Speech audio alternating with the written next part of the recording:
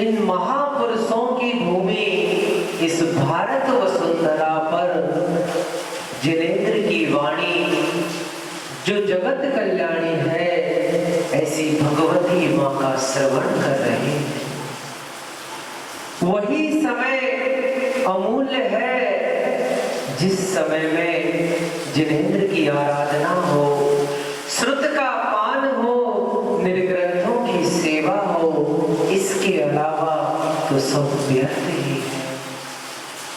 यह जीव अनादिकाल से इस संसार में भ्रमण कर रहा है। संसार में यदि कोई घुमाने वाला है तो वह है जीव की अज्ञान दशा। प्यास भाई, कि संसार में अगर सबसे बड़ा कोई दुख है तो वह है जीव की अज्ञान दशा। जितने जितने अंश में अज्ञान भरा होता है उतना ही उतना जीव दुखी होता है। दिलीप भैया, जब आप कोई नए शहर में जाते हैं तो आपको एक भय लगता है, पता नहीं कैसे लोग होंगे, कोई हमारे पैसे ना चुरा ले, कोई ऐसा ना कर दे, हमें भय रहता है। और जैसे जैसे हम उस शहर को जान जाते हैं फिर हम आधी रात में भी उस शहर की गलियों में निकल जाते हैं, हमें डर नहीं लगता। कुछ लोग ऐसे भी होंगे जो इस जावर नगरी में कहीं बाहर से आए होंगे। कोई आया क्या कि सब यहीं से है? भाई आलोक भैया तो आए हैं, वो भैया आए। क्यों आलोक भैया? जब पहली बार आप आए थे जावर नगर में तो थोड़ा भय भी रहता होगा, पता नहीं कैसी समाज होगी, कैसे लोग होंगे, कैसे व्यवहार करेंगे, पता नहीं कैसा माहौल होगा। और आज देखो आलोक भैया तो यही के होके रह गए। आज आलोक भैया आधी रात में भी कहीं भी दौड़ते हुए चले जाते हैं क्योंकि उनको इस शहर का ज्ञान हो गया। ऐसे ही जैसे जैसे हमारी आत्मा में ज्ञान होता चला जाता है वैसे ही ये जीव सुखी होता चला जाता है। इसलिए हमें निरंतर ज्ञान का अभ्यास करना चाहिए। एक छोटा बालक भी आगम भैया, उनसे सेटिंग बाद में कर लेना आप। कोई बड़ी डील है क्या आपकी? क्यों आगम भैया स्कूल जाते कि नहीं? जब पहले दिन स्कूल गए थे तो ऐसे हंसते हंसते गए थे क्या? जैसे तुम्हारे भाव से तो नहीं लगता तुम हंसते हंसते गए होंगे। तो जब एक बच्चा पहले दिन विद्यालय जाता है तो वह मना करता है कि मुझे नहीं जाना, क्योंकि उसके अंदर भय बैठा है, डर बैठा है कि पता नहीं स्कूल में कैसे लोग होंगे, कैसे व्यवहार करेंगे, कैसे बच्चे होंगे, कैसे टीचर होंगे। लेकिन हम देखते हैं जैसे जैसे 1 महीने 2 महीने निकल जाते हैं, वही बालक जिसको हमको कहना पड़ता था दिलीप भैया कि भैया स्कूल चले जाओ, लेकिन वो बालक स्वयं उठकर नहा धो के स्वयं स्कूल चला जाता है, क्योंकि अब उसको ज्ञान हो गया है कि ये तो अच्छी चीज है, यहाँ तो हमें अच्छा ज्ञान सिखाया जाता है। ऐसे ही कोई भी क्षेत्र हो, जब तक अज्ञान दशा है तब तक दुख है, तब तक भय है, तब तक डर है। और जैसे हमें उस क्षेत्र का ज्ञान हो जाता है फिर डर समाप्त हो जाता है। इसलिए हमें निरंतर ज्ञान का अभ्यास करना चाहिए। आज क्या कारण है, हम छोटी छोटी बातों में आग बबूला हो जाते हैं, छोटी छोटी बातों में कसाई कर बैठते हैं, छोटी छोटी बातों में एक दूसरे से बोलना बंद कर देते हैं, क्योंकि वास्तव में हमें जो आत्मज्ञान होना चाहिए वो नहीं है। हमसे किसी ने कुछ कहा, हम उसकी बात का इतना बुरा मान लेते हैं कि कई कई महीने निकल जाते, कई साल निकल जाती है, एक दूसरे से बात नहीं करते। ये जीव की अज्ञान दशा थी। वहीं अगर कोई ज्ञानी जीव होता तो कह के निकाल देता, सुन के निकाल देता। क्योंकि देखो मुख तो एक दिया गया है, कान 2 दिए गए हैं कि जो अच्छी बातें हैं उनको तो रख लो और जो बुरी बातें हैं उनको निकाल दो, एक तरफ से सुनो, यहाँ से निकाल दो। माँ, ऐसा आप लोगों के साथ बहुत होता है कि कुछ आज हुआ तो आप आज की बात को रख लोगे और पता नहीं कब शस्त्र बना के ये यूज करेंगे। तो दिलीप भाई ऐसा होता है घरों में कि आज कुछ हुआ तो आज तो वो बात रख ली, अब पता नहीं 6 महीने बाद कुछ हुआ तो वो कहेंगी तुमने 6 महीने पहले हमसे ऐसा कहा था। ऐसा होता है कि नहीं होता? अरे ये मस्तिष्क है अपना, कोई कचरे का डिब्बा नहीं है। आचार्य भगवान कहते हैं कुछ बातों को भूलना सीखो, इसमें कचरा नहीं रखो, खाली रखो इसको। जब हम खाली रख के यहाँ पे आएंगे तभी तो कुछ भर के ले जाएंगे। अब तुम घर से ही भर के डब्बा लेके आए हो, फिर यहाँ से क्या लेके जा पाओगे? कुछ नहीं। इसलिए घर से खाली होकर आओ और भावों की विशुद्धि के साथ आओ और जिनेंद्र देव के पास से पुण्य लबालब भर के ले जाओ। इसलिए क्या कह रहे थे हम अभी? भूल गए क्यों? मंजित भैया फोन आ गया था। प्रियांश भैया हम क्या कह रहे थे? क्यों इन माताओं की हमने चर्चा की कि जितने जितने अंश में जीव को ज्ञान होता है वह जीव उतना ही प्रसन्न होता है, उतना ही अच्छे से रहता है। एक बार की घटना है आचार्य भगवान की कि आचार्य भगवान विशुद्ध सागर जी का श्रेष्ठ भैया आगरा में चतुर्मास चल रहा था। 2 भाई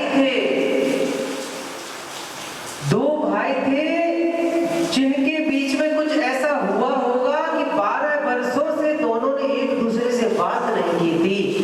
लेकिन चतुर्मास का ऐसा नियोग कि दोनों ही आचार्य भगवान के भक्त थे, दोनों ही प्रवचन भी सुनने आते।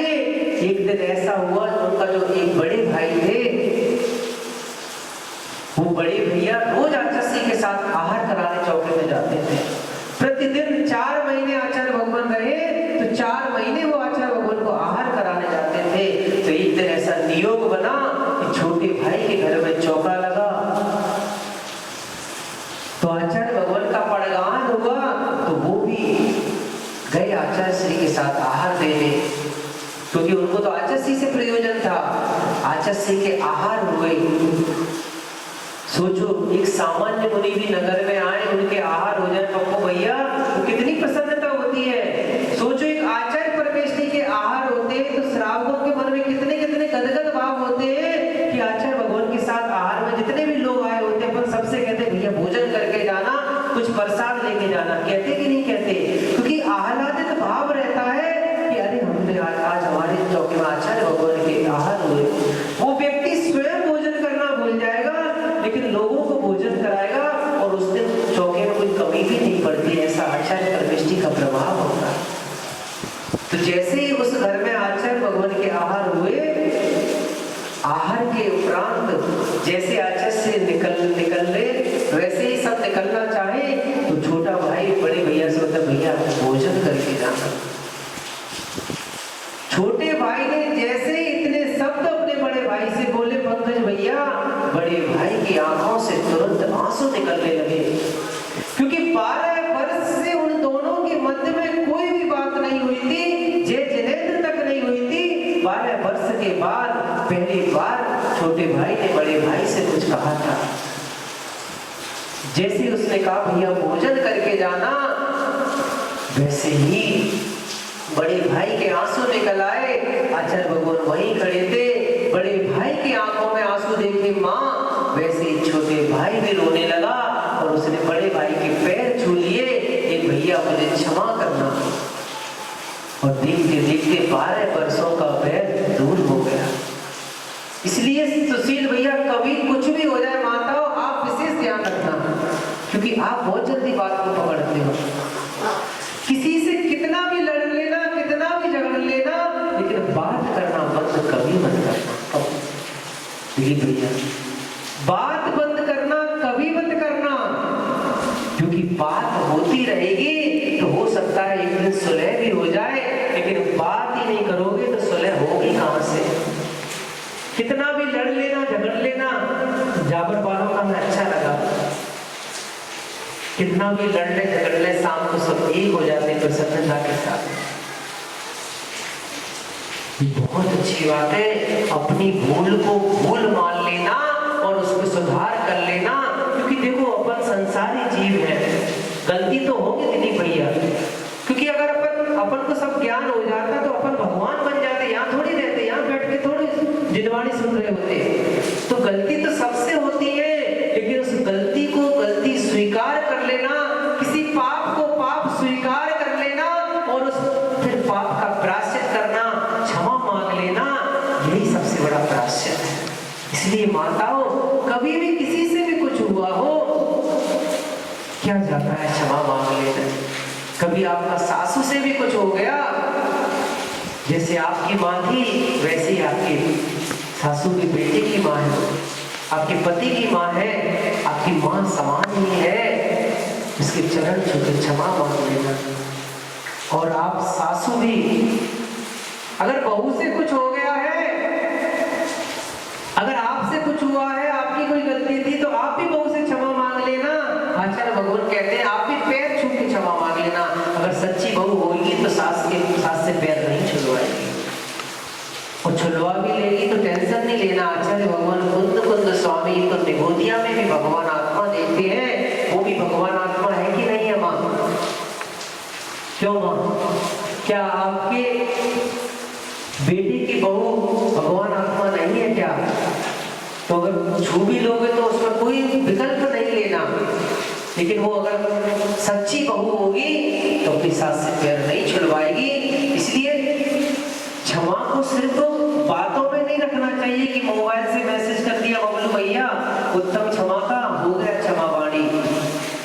क्षमा को अंदर से होनी चाहिए। क्षमा तो हमारी आत्मा का धर्म है, इसलिए कभी जीवन में किसी के प्रति द्वेष नहीं रखना चाहिए।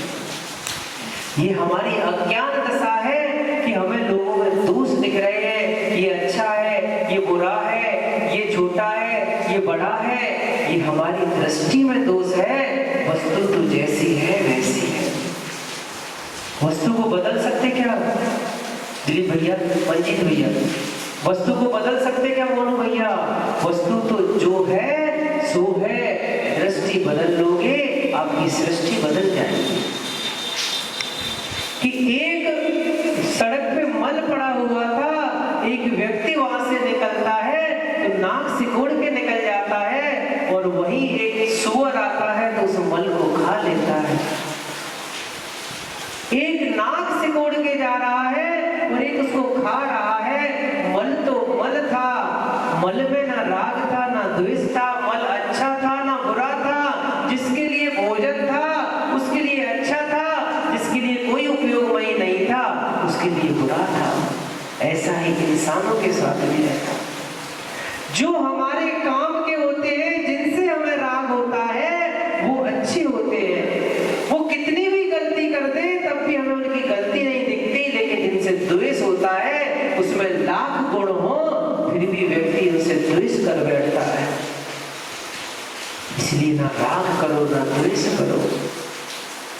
कितना बड़ा कोरोना काल निकल गया सुशील भैया, कितना बड़ा विवेक भैया। आप विवेक भैया ही है ना कि सर्वेश भैया? वो कंफ्यूजन हो जाता। विवेक भैया जो पीछे है वो सौदरवेंद्र जी के पास। सौदरवेंद्र जी आप पीछे क्यों वही क्यों बैठते हैं? वो खम्मा आपको सिद्ध है क्या? क्या ये पंखा तो यहाँ भी लगे, ऐसा नहीं है। हमें लगा शायद ऐसा भी रहता ना, स्थान भी सिद्धि होती है। मोनू भैया हो सकता है जैसे कोई आएगा तो उसी कुर्सी पे बैठना है, वहीं बैठना है, कोई को वही वेदी पे वहीं खड़े होकर पूजा करना, चाहे भले सब पीछे वालों को ना देखे। नहीं वो ठीक है, कोई नहीं, लेकिन दिखते नहीं है ना थोड़ा। और श्रेष्ठ भाई भी अब पीछे की लाइन भी आ गई। ठीक है भैया, कोई बात नहीं, बड़े हो गए ना, श्रेष्ठ है, नाम ही श्रेष्ठ है ना, तो श्रेष्ठ लोग अब बड़े हो जाते हैं तो बड़े बुजुर्ग पीछे हो जाते हैं, युवा आगे आ जाते हैं। नहीं हम नहीं कह रहे आपके लिए, आप देख लो अपने हिसाब से। तो हम क्या कह रहे थे अभी कि ना वस्तु अच्छी है ना वस्तु बुरी है। माँ दृष्टि सुधार लो तो सृष्टि सुधर जाएगी। किसमें राग किसमें द्वेष, कौन अच्छा कौन बुरा, ये कौन दिखा रहा है? ये जीव की अज्ञान दशा दिखा रही है। जब तक हमें ज्ञान नहीं है समझ आ जाता है, अरे अपना तो कोई है ही नहीं। कोई है क्या अपना? माँ, कोई है क्या अपना? कोई किसी का नहीं है। हम कितने पाठ करते हैं, मेरी भावना पढ़ते हैं, वैराग्य भावना पढ़ते हैं, 12 भावना पढ़ते हैं, लेकिन बस पढ़ के वहीं जिनवाणी बंद करके मंदिर में ही रख आते हैं, एक बार पैर छुआते हैं, बस वहीं की गेट के बाहर निकले, फिर अपनी भावना शुरू। वो 12 भावना सिर्फ पढ़ने के लिए मात्र नहीं थी, सिर्फ जिनवाणी के पैर छूने के लिए जिनवाणी नहीं है। उस जिनवाणी पर आचरण तो करो कि आप अकेला अवतरे मरे अकेला होए, योग कस कबहू इस जीव को साथी सदा न कोई। कोई किसी का संग नहीं है, कोई किसी का साथी नहीं है। बोलो भैया, कोई किसी का साथी नहीं है। जब तक आपका पुण्य चमक रहा है, जब तक आपका पुण्य चमक रहा है, तब तक सब अच्छे बोलने वाले मिल जाएंगे। जब खराब दिन आते हैं, जब दुख के दिन आते हैं, तो स्वयं की पत्नी का व्यवहार बदल जाता है। बोलो भैया, कभी जीवन में ऐसा हुआ होगा? किसी के साथ तो हुआ ही होगा। एक माँ का बेटे के प्रति व्यवहार बदल जाता है कि एक बेटा खूब कमा रहा है और एक बेटा किसी कारण से उसकी जॉब छूट गई, वो कुछ दिन से घर पे बैठा है, तो उस माँ का उस बेटे के प्रति व्यवहार बदल जाएगा। और जो ज्यादा कमा रहा है उस पे ज्यादा लाड रहेगा। ऐसा नहीं होता क्या? बहनों के साथ तो कितना देखा जाता है कि मान लो एक बहन के 4 भाई थे और चारों भाई सेपरेट होके अलग अलग घरों में रह रहे हैं। एक के पास खूब पैसा हो गया और एक बेचारे का घाटा लग गया, तो बहन राखी भी लेके आएगी, तो उसमें भी अलग अलग राखी रहेगी। जो पैसे वाले रहेगा उसकी राखी अलग रहेगी, जो पैसे रहेंगे ज्यादातर ऐसा देखा जाता है। नहीं देखा जाता क्या? तो ये सब कौन करता है? जिसको वस्तु व्यवस्था का विभान नहीं है, जिसको अपने पुण्य पे श्रद्धा होती है, जिसको अपने भाग्य पे भरोसा होता है। राम कितने जंगल में कितने लोग गए थे? 3 ही तो गए थे। कितने गए थे राम? अयोध्या से निकले थे तो 3 गए थे आलोक भैया।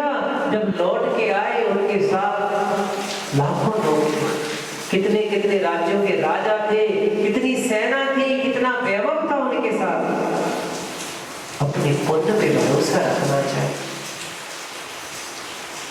आज क्या हो रहा है कि हमें सब अच्छा चाहिए, लेकिन अपना पलड़ा हम नहीं देखते कि हमारे पास कितना है। हम ज्वेलर्स की दुकान पे चाहते तो 10 तोले का हार है, लेकिन पैसा तो आप आधे तोले का लेकर गए थे। पैसे तो 35,000 लेके गए थे, अब 10 तोले का हार तो 7 लाख रुपए का है। सही कह रहे? 70,000 की और बढ़ गया। अच्छा, मेकिंग चार्ज है, मतलब आपका आना जाना रहता है ज्वेलर्स में। तो हम क्या कह रहे थे? देखो, यहाँ हंसने की बात नहीं है, विषय गंभीर है कि राम वन को गए सो बन गए, राम ऐसे ही नहीं बने। क्यों आज प्रभु श्री राम को पूरे विश्व में पूजा जाता है? हर धर्म में, हर संप्रदाय में, हर देश में आपको राम को मानने वाले मिल जाएंगे। थे तो वो एक साधारण जीव। अपन उनका जीवन देखेंगे, हम खूब टीवी पे रामायण देखी। जब कोरोना काल रहा तो सबसे ज्यादा कौन सा सीरियल चला था? इतनी तो रामायण जब बनी थी रामानंद सागर जी की 1980-82 में, उतनी तब नहीं देखी गई थी जितनी कोरोना काल में देखी गई थी। लेकिन क्या फायदा, रामायण तो देख ली, राम लक्ष्मण भरत सबके चरित्र को तो देख लिया, लेकिन अपने अंदर तो अंगीकार ही नहीं किया। एक कथावाचक थे पप्पू भैया, कि एक व्यक्ति का फोन आता है उनके पास, वो राम कथावाचक थे,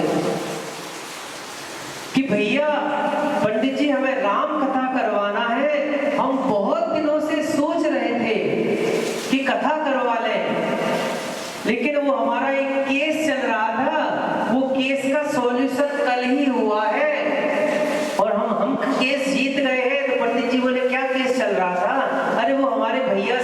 प्रॉपर्टी का केस चल रहा था, तो हम प्रॉपर्टी हमारे हिस्से में आ गई है, हम केस जीत गए हैं। इस खुशी में हम रामायण कराना, मतलब राम कथा कराना चाहते हैं। वो राम कथा वाचक वो पंडित जी कहते हैं, भैया एक भाई को हरा के, अपने सगे भाई को हरा के तुम खुशी मना रहे हो, तुम्हें राम कथा की आवश्यकता नहीं है, मैं आपके घर राम कथा करने नहीं आ सकता। पहले उन जैसा जीवन तो जियो। हम बातें तो बहुत सारी करते हैं, लेकिन वैसे काम कर पाते दिलीप भैया कि नहीं कर पाते? तो राम का जीवन देखो, सब वैभव था उनके पास, लेकिन समय की बलहारी है, सारे ज्योतिष फेल हो जाते हैं, सारे वास्तु फेल हो जाते हैं जब व्यक्ति का शुभ समय आ जाता है। और जब व्यक्ति का अच्छा समय आ जाता है तो किसी ज्योतिष की जरूरत नहीं पड़ती, वो जहां पैर रख देता है वही सोना निकल आता है। कैसा वो अद्भुत दृश्य होगा मां, वो अयोध्या नगरी का कैसा अद्भुत दृश्य होगा कि पूरा नगर सजा हुआ है, बंधन बार लगे हुए हैं, दीपक रखे जा रहे हैं, क्योंकि अगली सुबह श्री राम को राज्याभिषेक होना है, राम को राजा बनाया जाना है। लेकिन समय की बलहारी तो देखो, सुबह मंगल गान हो रही है, मंत्रोच्चारण चल रहे हैं, सब कहते हैं क्या हुआ आज राजा दशरथ अभी तक क्यों नहीं आए? तो उनके प्रिय पुत्र राम को भेजा जाता है, जाओ पिताश्री को लेकर आओ, मुहूर्त का समय हो रहा है। जब श्री राम पता करते हैं कि पिताजी तो मां कैकेयी के कक्ष में गए थे, वहीं पे है, जब वह वहां पहुंचते हैं, ऐसे नहीं जाते। एक सच्चा बालक होता है, सबसे पहले सुबह सुबह अपने माता पिता अपने गुरु को प्रणाम करता है। ऐसे नहीं सीधे गए तो मम्मी पापा कहाँ हैं, वो बुला रहे पंडित जी। ये विवेकवानों की भाषा नहीं है। सबसे पहले राम ने मां कैकेयी को नमस्कार किया, मां पिताश्री कहाँ है, क्या हुआ अभी तक क्यों नहीं आए? मां कहती है वो अंदर है। जब पिता का हाल देखते हैं कि वो तो मूर्छित अवस्था में है, तो पूछते हैं मां ऐसा क्या हुआ कि पिता की ऐसी हालत हुई? ये हम हिंदू रामायण के अनुसार बता रहे हैं। तो कहती है कि एक बार बेटा मैंने एक युद्ध में तुम्हारे पिता के प्राणों की रक्षा की थी, तब इन्होंने हमें 2 वर देने को कहा था, वो वर हमने तब सुरक्षित रख लिए थे, आज वही मांग लिए।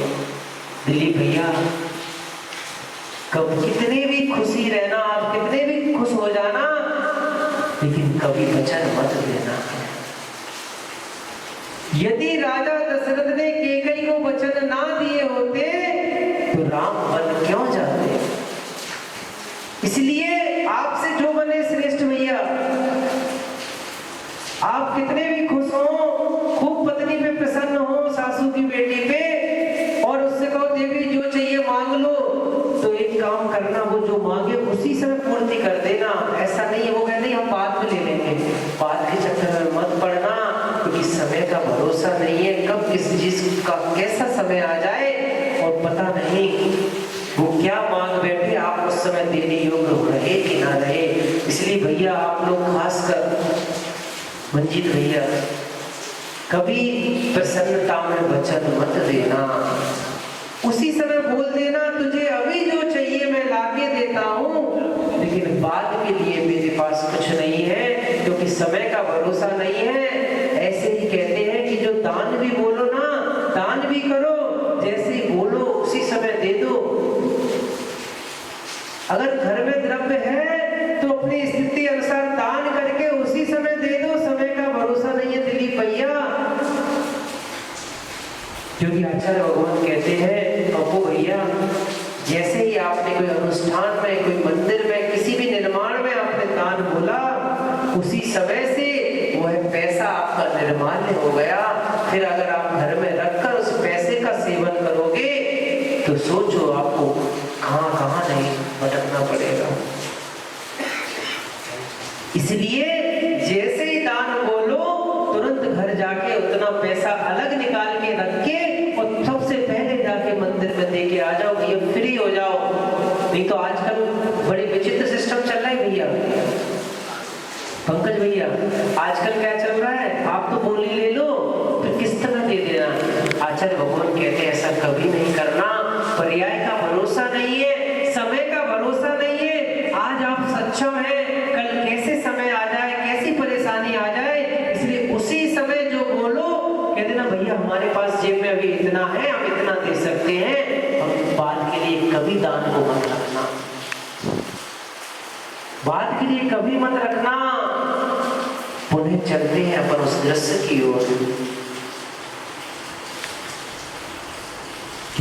मां कीकी राम से कह रही है कि मैंने 2 वर थे वो आज मांग लिए। राम पूछते हैं मां आपने ऐसा क्या मांगा? तो मां बोलती है मैंने पहला वर तो ये मांगा कि मेरे पुत्र भरत को राज्य दिया जाए।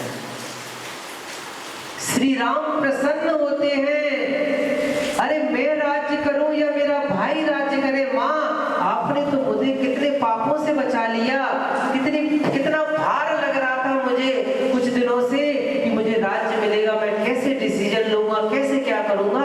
आपने तो मुझे फ्री कर दिया और मेरा भाई भरत राज्य करे, इससे ज्यादा मुझे खुशी क्यों नहीं हो सकती? अब आज के कोई होते तो क्या कहते हैं? क्यों आते भैया हैं? कोर्ट चलते पहले भैया वचन आपने दिया था, आप देखो हमें तो आधा आधा करके दे दो, हम क्यों बन जाए? तो श्रेष्ठ भाई चले जाते सीता को लेके, चले जाते। अच्छा, बहुत अच्छी बात है, पुत्र का यही कर्तव्य है। फिर राम प्रसन्न थे पहले वर्ष से। फिर राम को नहीं पूछते हैं मां, उन्हें बिल्कुल खेद नहीं हुआ। वो श्री राम ऐसे नहीं बने, विश्व में ऐसे नहीं पूजा जा रहा उनको। उनके चरित्र को हमें बड़े अच्छे से पढ़ना चाहिए सर्वेश भैया। उस क्या हुआ भैया, मां की याद आ गई। तो फिर वो मां कैकेयी से कहते हैं मां दूसरा वर क्या मांगा? वो कहती है बेटा दूसरा वर तुमको वनवास दिया जाए।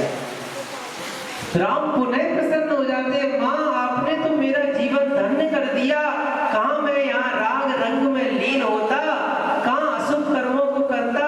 अरे जंगल जाऊंगा, वन जाऊंगा, मुनियों के बीच साधुओं के बीच रहूंगा, प्रकृति के साथ रहूंगा, प्रभु का भजन करूंगा। मां आपने तो मेरा जीवन सार्थक कर दिया। जब मां राम से दोनों वचन कहती है तो राम दुखी नहीं होते, सुशील भैया प्रसन्न होते हैं। इसी पर तुलसीदास जी ने एक चौपाई भी लिखी कि राम मां से क्या कहते हैं? सुन जननी तो है सुत बड़ भागी, जो पितु मात बचन अनुरागी। हे मां, हे मां, वह पुत्र तो बड़ भागी है कि जो अपने माता पिता के वचनों का पालन करता है, अपने माता पिता की आज्ञा में रहता है, अपने माता पिता के अनुसार चलता है। हे मां आपने तो मेरा जीवन धन्य कर दिया। और वही राम जिनको राज्याभिषेक होने वाला था सर्वेश भैया, वही वन को चले जाते हैं। सोचिए आप, हम तो है ही क्या, हमारे जीवन में थोड़ा सा भी कुछ उतार चढ़ाव हो जाता है तो हम आकुल व्याकुल हो जाते हैं, थोड़ी सी पहुंच जाते हैं। उस समय हमें गंभीरता से विचार करना चाहिए कि वास्तव में क्या ये सही है? हमने पहले दिन आपसे कहा था कि कभी भी दृष्टि को तात्कालिक मत बनाओ, त्रैकालिक बनाओ। भूत वर्तमान भविष्य तीनों को देखकर चलो। तीनों काल हमारे सामने है दिलीप भैया, भूत भी है और वर्तमान तो है ही और भविष्य भी हमारे सामने है।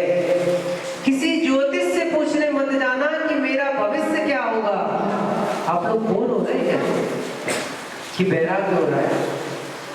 कुछ भी नहीं हो रहा है, बैठे हैं पंखी की हवा से।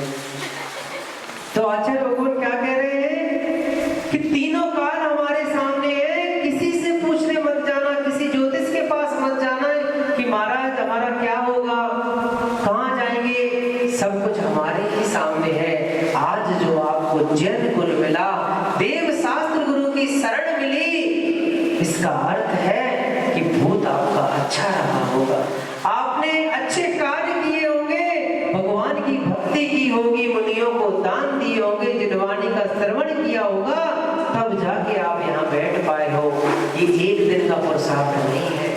जैसे ये जो विधान हो रहा है पप्पू भैया, ये एक दिन की तैयारी है क्या?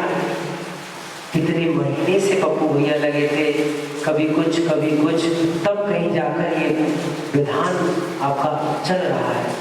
ऐसे ही हम सब यहाँ पर बैठे हैं और जिनवाणी का श्रवण कर रहे हैं, तो विश्वास मानना कई भवों का पुण्य एक साथ उदय में आया है कि हमारे जिन श्रुत जिनवाणी सुनने के भाव हुए हैं।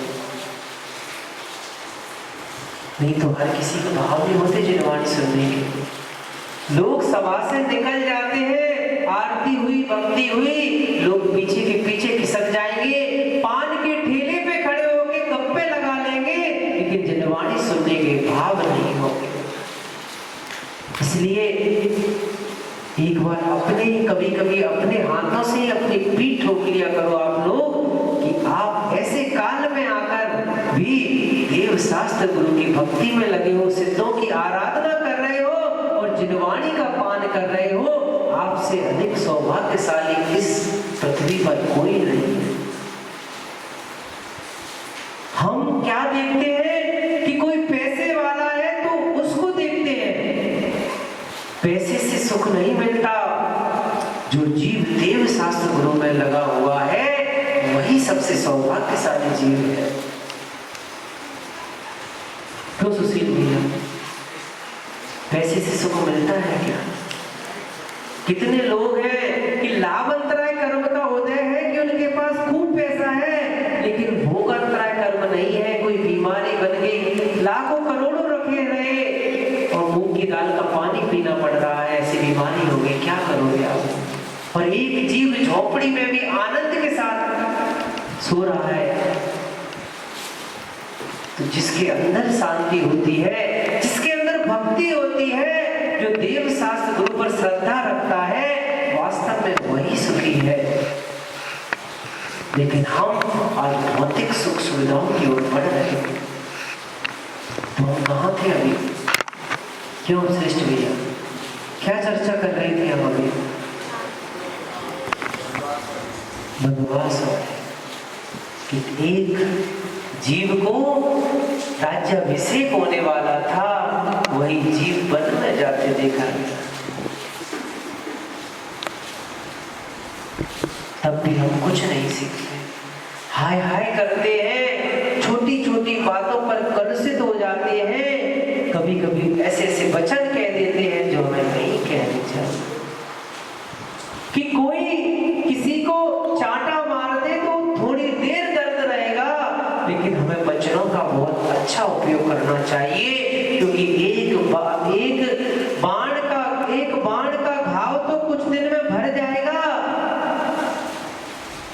एक बाण का घाव तो कुछ देर में भर जाएगा, कुछ दिन में भर जाएगा, लेकिन किसी को शब्द अगर अंदर तक चले गए आपके, जीवन भर वो चीज होने वाली नहीं है, पुनः वो वैसी मित्रता होने वाली नहीं है।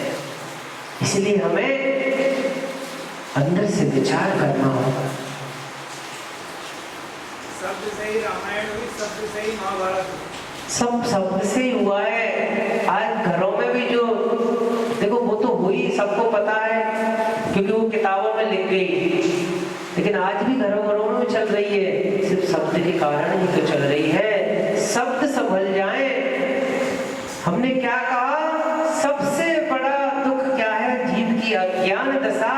यदि जीव को भान हो जाए कि हम किससे कह क्या रहे हैं, हम कहाँ थे श्रेष्ठ भैया कि तीनों काल हमारे सामने है, कि हम आज जैसा करेंगे, पूर्व में हमने जैसा किया तो हमें ये आज जैसा करेंगे हमारा भविष्य वैसा होगा। कोई कुछ कह भी दे तो पूर्व का अशुभ कर्म मान के उसको वहीं का वहीं छोड़ देना चाहिए।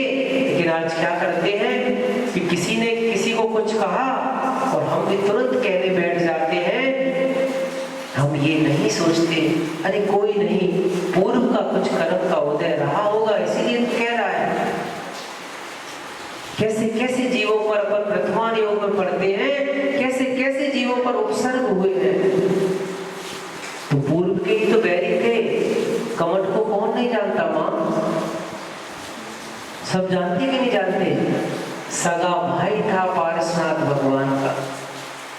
10 गांव पहले सगा भाई था भगवान पार्श्वनाथ का, लेकिन एक छोटी सी बात में इतना बैर बांध लिया, वो बैर धीमे धीमे बढ़ता चला गया और अंत में कितना घोर उपसर्ग किया उस कमठ ने पार्श्वनाथ प्रभु पर। इसलिए हमें त्रैकाल्य का ज्ञान होना चाहिए, लेकिन पार्श्वनाथ भगवान ने उसका प्रतिकार नहीं किया, क्योंकि उनकी दृष्टि में त्रैकालिकता थी। उन्हें पता था ये जो उपसर्ग कर रहा है ये मेरे ही अशुभ कर्म है, ये कुछ नया नहीं कर रहा, और जो उपसर्ग कर रहा है वो शरीर पे कर रहा है, मेरी आत्मा पे तो कोई उपसर्ग कर ही नहीं सकता। और वही पार्श्व प्रभु जो कुछ महीने बाद केवल ज्ञान होता, वही केवल ज्ञान कमठ के उपसर्ग से बहुत पहले ही हो गया। इसलिए हमें सिर्फ पार्श्वनाथ भगवान को पढ़ना ही नहीं है, सिर्फ भगवान महावीर को पढ़ना ही नहीं है, राम कृष्ण को पढ़ना ही नहीं है, उनके मार्ग पर चलना भी है। आज सबसे ज्यादा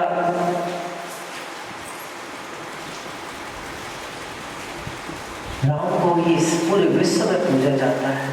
हर धर्म के लिए पूजते हैं। क्यों पूजते हैं? उनका पूरा जीवन ही ऐसा था। भाई भाई का प्रेम देखना है तो देखो, पिता के प्रति बेटे के जो कर्तव्य है वो देखो, पत्नी के और पति का जो वो है वो देखिए आप। प्रजा के प्रति जो कर्तव्य है, राज्य के प्रति जो कर्तव्य है, उन कर्तव्यों के वशीभूत होकर राम ने सीता को जंगल में छुड़वा दिया। पूरा जीवन चरित्र सीखने लायक है, लेकिन हम पढ़ के किताबों को बंद करके रख देते हैं दिली के लिए। इसलिए हमें आज विचार करना चाहिए,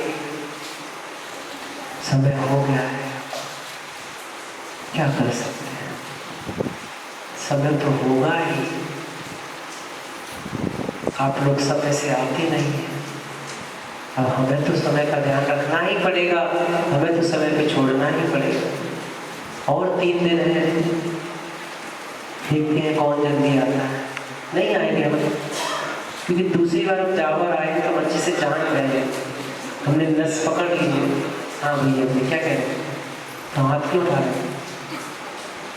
तो हम क्या कह रहे हैं कि संसार का सबसे बड़ा कोई दुख है तो जीव की अज्ञान दशा है। इसलिए हमें हमेशा कुछ ना कुछ ज्ञान अभ्यास करना चाहिए। इसीलिए पंचम काल में आचार्यों ने स्वाध्याय को परम तप कहा है।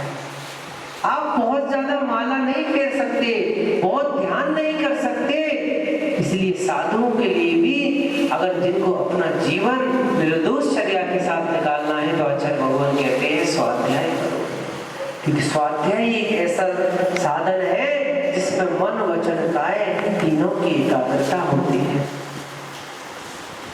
इसलिए स्वाध्याय करना चाहिए माँ। कम से कम इस सिद्ध चक्र महामंडल विधान में इतना ही नियम ले लेना कि 5 मिनट प्रतिदिन रोज स्वाध्याय करें। ले सकती कोई महिला? नई बहू नहीं ले पाई, हिंदी पढ़ लेते तो ले सकती। सर्विस भैया आप ले सकते। हम तो कह रहे हैं दंपति को, पूरे पति पत्नी को बैठकर स्वाध्याय करना चाहिए, घर में बैठकर जिनवाणी खोल के पढ़ना चाहिए।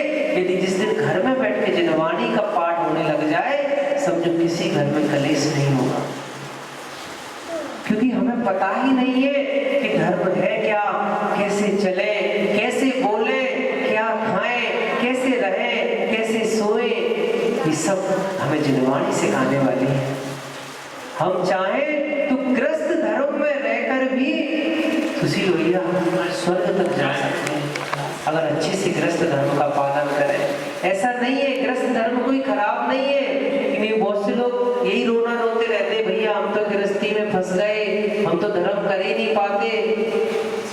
बातें नहीं करना है, हमें सब हम तो गृहस्थी में फंस गए, ऐसा रोना रोते हैं। बहुत से लोग कहते भैया माँ नहीं होती, पिता नहीं होते, अब उनकी जिम्मेदारी है, और भैया अगर वो नहीं होते तो हम मुनि बन जाते। कोई किसी को नहीं रोकता भैया, कोई किसी को नहीं रोकता। तुम्हारा राग ही तुम्हें रोके हुए है। अरे प्रत्येक जीव अपना पुण्य लेके आया है, प्रत्येक जीव अपने पुण्य से खाने वाला है। एक माँ है जिसके 4 पुत्र हैं, फिर भी वो माँ उसको बुढ़ापे में वृद्धाश्रम में भेज दिया गया। 4 पुत्र में से कोई उसको खिलाने वाला नहीं हुआ। और एक माँ है जिसका एक भी पुत्र नहीं है, लेकिन बहुत आनंद के साथ जीवन जी रही है। इसलिए हमें अपने पुण्य पे भरोसा होना चाहिए, हमें अपने भाग्य पे भरोसा होना चाहिए। जिसको अपने पुण्य पे भरोसा होगा, भाग्य पे भरोसा होगा, वो कभी रोएगा नहीं। कुछ गलत भी हुआ तो वो अपने आप को ही दोष देगा, क्योंकि पूर्व में हमने ही कुछ गलत किया होगा, इसलिए हमारे साथ आज गलत हुआ है। वो किसी दूसरे को दोष नहीं देगा। इसलिए सबसे पहले जो हमारी सबसे खराब आदत है दूसरों को दोष देने की, हमें सबसे पहले उस आदत को सुधारना होगा। जब तक हम उसको नहीं सुधारेंगे, हर चीज में दूसरे को ही दोष देते रहेंगे, अरे उन्होंने ऐसा कर दिया, नहीं तो हम ऐसा कर देते। नहीं भैया, तुम तो कर लेते ना, तुम दूसरे को दोष दे क्यों रहे हो? तुम तो अपने पुण्य को दोष दो ना, अपने पूर्व के अशुभ कर्मों को दोष देना। तुम पूर्व में ऐसे कर्म क्यों करके आए थे कि तुम्हारे साथ ऐसा हुआ? सीता, सोमा ने, अंजना ने कभी पर को दोष नहीं दिया। मां, जब श्री राम का सेनापति कृतांतवक्र सीता को जंगल में छोड़ने गया, तब सीता ने कृतांतवक्र से क्या कहा? पद्म पुराण में आचार्य रविशंकर स्वामी जी लिखते हैं कि सीता ने न राम को दोष दिया, न अयोध्या की प्रजा को दोष दिया। सीता ने कहा कि हमारे स्वामी से कहना कि वो अपने आप को दोषी ना समझे और वो अच्छे से प्रजा का पालन करे। ये तो मेरा ही दोष है, मेरा ही अशुभ कर्म है जो उदय में आया है, इसमें मेरे स्वामी का कोई दोष नहीं है। सोचो मां, एक सीता के पति ने सीता को जंगल में छुड़वा दिया, तब भी सीता उसको दोष ही नहीं मान रही। और आज अगर कोई माँ को ऊंची आवाज में बात भी कर दो तो कोर्ट कचहरी में खड़े रहते हैं। तो आज सामर्थ्य नहीं बची। कारण क्या है? जीव की अज्ञान दशा, ज्ञान नहीं है। उन्हें वही सही लग रहा है, उन्हें सच्चा ज्ञान ही नहीं है कि वास्तव में वस्तु व्यवस्था क्या है, कर्म सिद्धांत क्या है। जो जैसा करके आया है वो वैसा पाएगा। जिसका जिस जीव के साथ जितना सहयोग है वो जीव उनके साथ उतना ही रहेगा, ना उससे 1 मिनट ज्यादा, ना 1 मिनट कम। न पैसा कुछ करता है, ना डॉक्टर कुछ करता है कि खूब करोड़ों कमा लिए। अब एक माँ हॉस्पिटल में बिलख रही है, डॉक्टर से कह रही है, डॉक्टर साहब बस 2 घंटे हमें जिंदा रख लो, हमारा बेटा वहां से आने वाला है, हम एक बार उसका चेहरा देख ले, फिर भले ही मर जाए। लेकिन 2 मिनट में माँ चली गई, पैसा कुछ नहीं कर पाया। हम हाय पैसा करते हैं कि पैसे से ऐसा हो जाएगा, पैसे से सुख मिलेगा। पैसे से कोई सुख मिलने वाला नहीं है। यदि जीवन में अच्छे कर्म किए हैं, पुण्य हमारे पलड़े में है, तो जंगल में भी मंगल है, जंगल में ही मंगल है।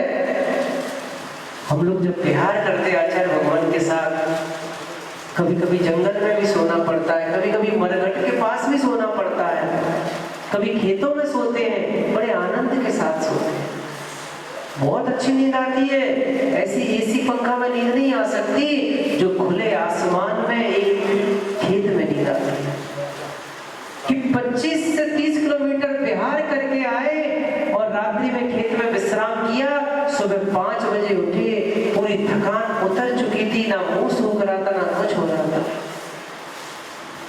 लेकिन आज हम सुख सुविधाओं में श्रेष्ठ भैया इतने मग्न हो चुके हैं कि प्रकृति का आनंद ही नहीं ले पा। इसलिए हमें सबसे पहले अपनी उस अज्ञान दशा को सुधारना होगा। इसके लिए हमें स्वाध्याय करना होगा, और सिर्फ स्वाध्याय ही नहीं करना होगा, थोड़ा आचरण में भी लाना होगा। जो अनादि काल से हमारी मानसिकता बनी हुई है कि ऐसा नहीं, ऐसा करना है, अब ऐसा करना है, पहले उसको खत्म करना होगा। विश्वास मानना और स्वाध्याय करने मां बैठोगी, आप तो सिर्फ 5 मिनट का नियम लो। आचार्य भगवान के पास कोई आता है तो आचार्य से सिर्फ 2 ही नियम देते हैं कभी भी, या तो 1 मिनट का मौन का नियम देंगे या 2 मिनट स्वाध्याय का नियम देंगे। क्योंकि ये जिनवाणी ऐसी औषधि है कि आप ग्रंथ खोल के 5 मिनट बैठोगे तो कब 1 घंटा हो जाएगा पता ही नहीं चलेगा। इस जिनवाणी में इतना आनंद है। सोचो, रात्रि के 10 बज रहे हैं, पिछले 1 घंटे से आप हमें ऐसे सुन रहे हो। कौन किसको सुनता है सुशील भैया? कोई किसी को नहीं सुनता। ये तो जिनवाणी की महिमा है कि हमारे मुख से जिनवाणी निकल रही है, आप कैसे शांत बैठे हो। किसी को नहीं कहना पड़ता, ना किसी के दर्द हो रहा है, ना किसी को गर्मी लग रही है, कुछ हो रहा है क्या? नहीं हो रहा। ये जिनवाणी की महिमा है, इसलिए एक बार इसको आदत में तो लाइए आप।